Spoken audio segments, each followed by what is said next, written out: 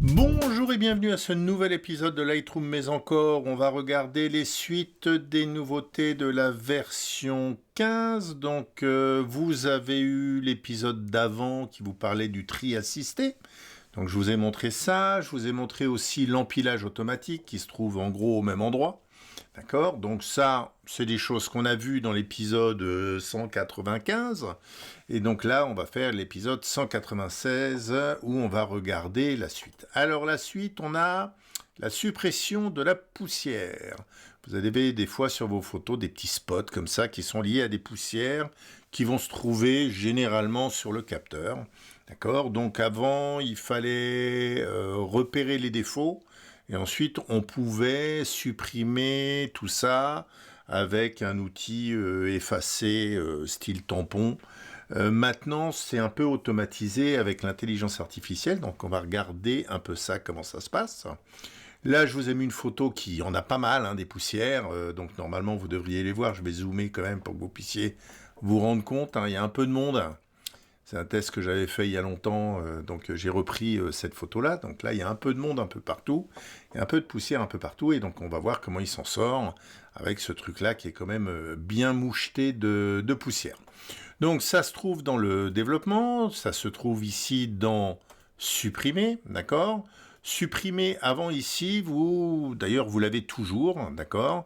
Ici vous avez le corriger, là vous avez le dupliquer. Donc là vous avez le corriger, et dans le corriger vous avez afficher les défauts. Donc ça vous permet de voir, il peut détecter comme ça où sont les défauts. Donc vous voyez qu'il y en a pas mal dans l'image. Il y en a pas mal des petites poussières, d'accord ? Maintenant, si vous allez sur le supprimer en utilisant l'IA générative, vous avez la suppression des distractions. Donc ça, on a déjà vu dans des épisodes d'avant, comment supprimer un reflet, comment supprimer des personnes, d'accord, qui sont sur une photo et qui gênent. Et bien maintenant, on peut faire les poussières. Donc là, je vais plus mettre afficher les défauts, mais on va le retrouver en fait ici. On a à nouveau affiché les défauts qui se retrouvent là. D'accord? Donc il est un peu partout maintenant, le afficher les défauts. Et là, je vais simplement faire appliquer. Donc là, il va envoyer la photo, mettre l'IA, faire tout ce qu'il faut. On voit qu'il met un peu de temps, d'accord? Donc là, manifestement, c'est une photo qui lui pose un peu de problème parce que, honnêtement, ça va plus vite avec des photos plus simples où il y en a moins. Mais j'ai pris cette photo exprès. Donc voilà, il se met en route, il y va tranquille. On va voir combien il en trouve. A priori, il devrait en trouver pas mal. On va voir ça. La carte graphique se met en route, on l'entend bien. Donc vous voyez qu'il en a repéré beaucoup quand même, hein. Donc là, si je fais afficher les défauts après avoir appliqué, il m'en reste un peu par là. Et éventuellement, vous pouvez le faire à la main vous-même. C'est-à-dire que vous pouvez ensuite, vous voyez, cliquer sur la photo pour en appliquer d'autres. Donc là, j'en vois une. Ok, j'en vois une là qu'il n'a pas pris. Il ne veut pas la prendre. Alors, il faut arriver à trouver un endroit où il n'y est pas déjà. Voilà. Et bon, là, c'est un peu difficile pour lui, cette zone-là. Mais vous voyez qu'il en a trouvé plein, hein. Et donc, il les a virés, tout simplement. Donc, là, c'est avec. Là, c'est sans. Et donc, je vais virer ça pour que vous voyez, avec, sans. Donc, vous voyez qu'il a fait quand même une bonne correction. Ok ? Là, il en reste encore une ou deux, mais il a fait quand même une bonne correction de tout ça. Donc, voilà à quoi sert maintenant la suppression des distractions poussières.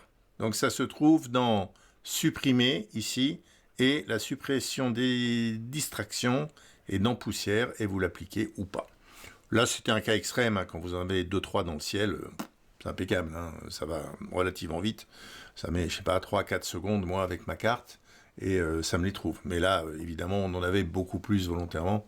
C'était pour voir s'il pouvait trouver tout ça. Vous voyez qu'il se débrouille plutôt pas mal sur ce coup-là. Alors, on va voir d'autres fonctions. Donc, suppression de la poussière, on a vu. Il nous dit suppression des reflets. Grâce à de nouvelles mises à jour, ça détecte mieux et ça supprime mieux les reflets qu'avant. Ça, je vous avouerai que je ne vais pas vous le tester. Surtout qu'il y a des nouvelles choses qui sont en train d'arriver au niveau de Photoshop Beta. Donc, je suppose qu'ils vont être disponibles bientôt. Où là, ça supprime les reflets des lunettes. Et ça les supprime plutôt pas mal du tout, en reconstruisant l'œil derrière.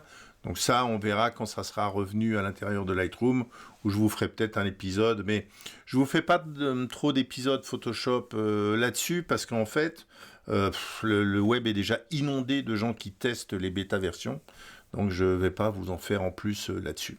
Mais quand ça viendra dans Lightroom, pour ceux qui n'utilisent pas Photoshop, on verra ça. Sélectionnez la mise à jour de paysage. Le masquage de paysage inclut désormais la détection de la neige.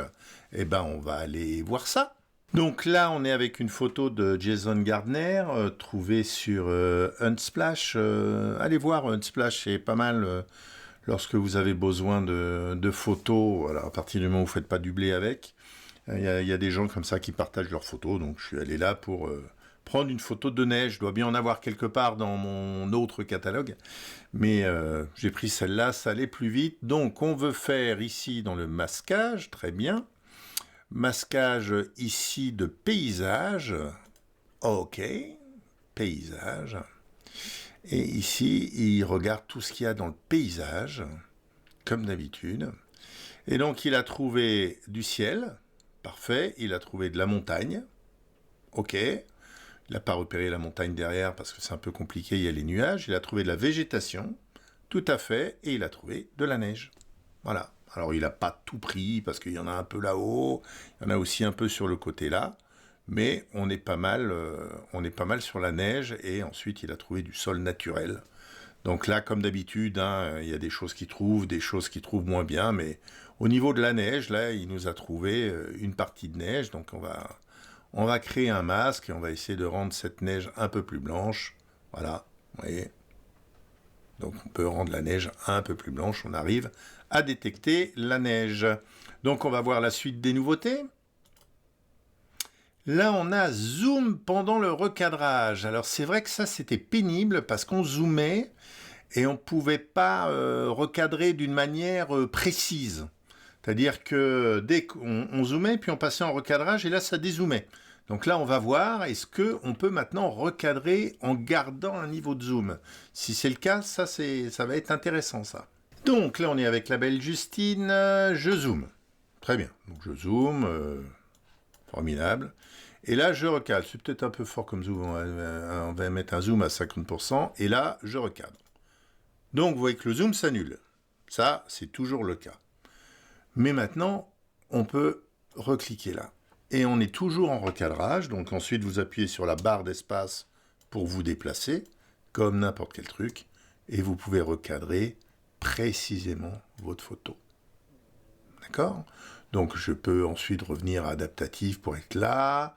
Je peux remonter là-haut. Je peux passer à 50%. Donc je peux remonter là-haut. Et vous voyez que je peux ici, de la même manière, recadrer beaucoup plus précisément qu'avant. Ça, avant, on ne pouvait pas zoomer quand on était en recadrage. Quand en recadrage, on était forcément dézoomé. Donc ça, c'est quelque chose qui va être plutôt pratique pour faire des recadrages précis. Ça va être pas mal. Alors la suite, zoom pendant le recadrage, on vient de le faire. Là, il y a variance de couleur.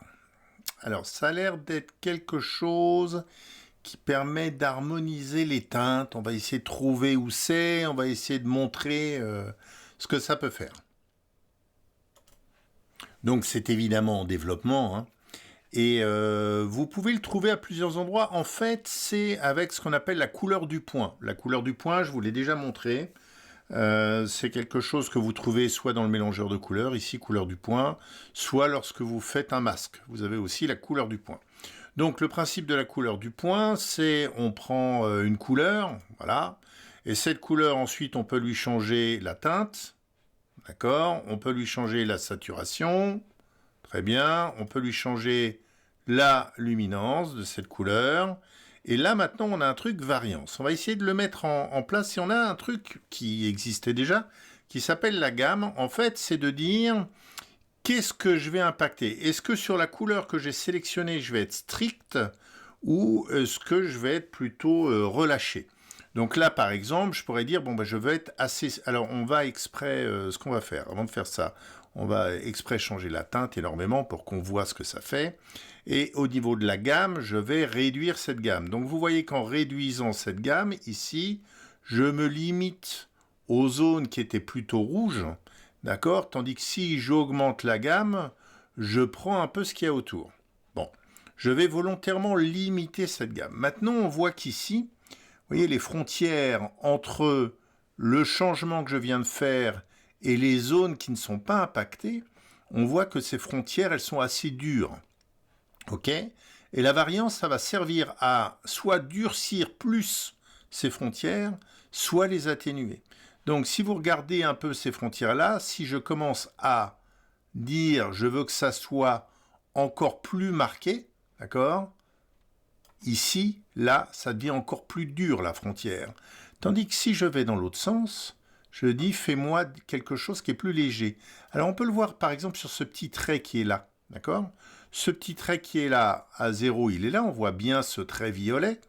Si je vais plus par là, on voit que ce trait violet, il est plus marqué, d'accord? Et si je vais plus dans l'autre sens, on voit que ce trait violet, il s'estompe.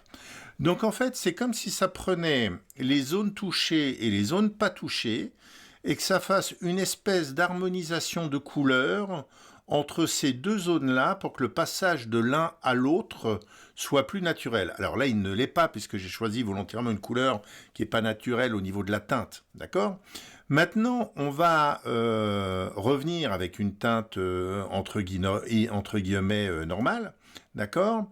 Et qu'est-ce que je voudrais faire là-dessus? Alors, je veux rester sur une gamme assez restreinte, oui. Je voudrais, par exemple, voilà, le rendre un peu moins rouge et je voudrais, par exemple, baisser un peu la saturation. Voilà. Donc là, j'ai quelque chose qui est assez propre. Maintenant, avec la variance, soit je vais rendre à nouveau tout ça assez dur, soit au contraire, je vais le rendre encore plus doux. Vous voyez? Vous voyez ici, on le voit ici, là, sur cette zone qui est rouge, elle commence à devenir moins rouge parce qu'elle se mélange avec la zone qui est à côté, là. Vous voyez, ça se voit, c'est léger, hein, mais c'est quelque chose qui se voit quand même bien. Ouais, on le voit aussi ici, là, vous voyez, si je le fais là, que là, si je mélange, ouais, ça se voit bien. C'est-à-dire que là, ici, je suis plus sombre et là, je suis plus clair. Et si j'augmente la variance, vous allez voir que ça va devenir un peu plus foncé. Voilà, très légèrement. Et donc, si on fait un avant-après, histoire de voir la différence, ouais, ça fait quelque chose qui est assez doux et assez réaliste, cette petite variance. Alors, si je la pousse à fond, le problème, voilà, c'est ça. Si je la pousse à fond, c'est qu'il a bien mélangé les zones affectées, les zones pas affectées, mais on a quand même cette zone-là au milieu à laquelle il n'a pas touché. Donc là, de ce côté-là, ça va plutôt donner la priorité aux zones pas affectées, et tandis que là, ça va donner la priorité aux zones affectées. Donc il faut arriver à trouver le bon milieu, d'accord, pour justement pouvoir changer cette priorité au niveau de l'effet de la couleur du point. Ce qui n'est pas forcément la même chose que gamme, parce que gamme, ça va plutôt réduire la gamme de couleurs qui est impactée, tandis que là, ça va vraiment s'occuper de la transition entre les couleurs. Alors, il semblerait que ça soit aussi très pratique en paysage, je ne fais pas beaucoup de paysages, mais à vérifier aussi lorsqu'on change un peu la couleur d'un ciel, ou quelque chose comme ça, on doit pouvoir faire aussi des variations comme ça qui sont plus subtiles. Donc, pas mal comme truc. Alors, ensuite, nouveauté. Allez, on continue. Donc, une autre nouveauté, détection des ombres avec détecter les objets. Mais c'est détecter les objets pour la suppression. D'accord? N'allez pas dans les bascages objets. Vous ne trouverez pas les ombres, j'ai cherché. Donc, mais je me suis rendu compte que c'était pas là. En fait, c'était pour supprimer un objet. Donc, on va prendre cette photo. Il y a un vert.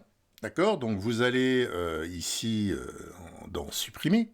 D'accord?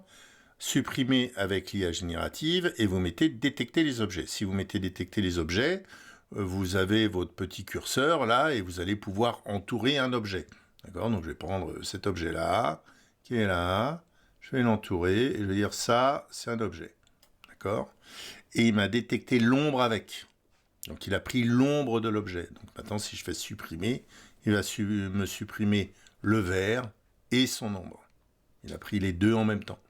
Voilà à quoi sert ce truc-là. Au niveau de la détection des objets dans supprimer, ça va maintenant gérer l'ombre. Et on va s'arrêter pour cet épisode, on doit être à 15 minutes à peu près, on fera les dernières nouveautés dans un autre épisode. Il y a des choses en HDR, on peut exporter du diaporama en 4K, ça on pouvait le faire avant, mais il fallait bidouiller un fichier quelque part. Il y a des nouvelles conditions aussi qui sont apparues dans les collections ou le filtrage. On ira voir un peu tout ça dans un dernier épisode. Mais là pour aujourd'hui, vous avez 2 épisodes cette semaine sur les nouveautés. On a fait le tri assisté et puis là on a fait pas mal des nouvelles choses et puis on verra la suite plus tard. Voilà, j'espère que ça vous a plu. Merci, au revoir.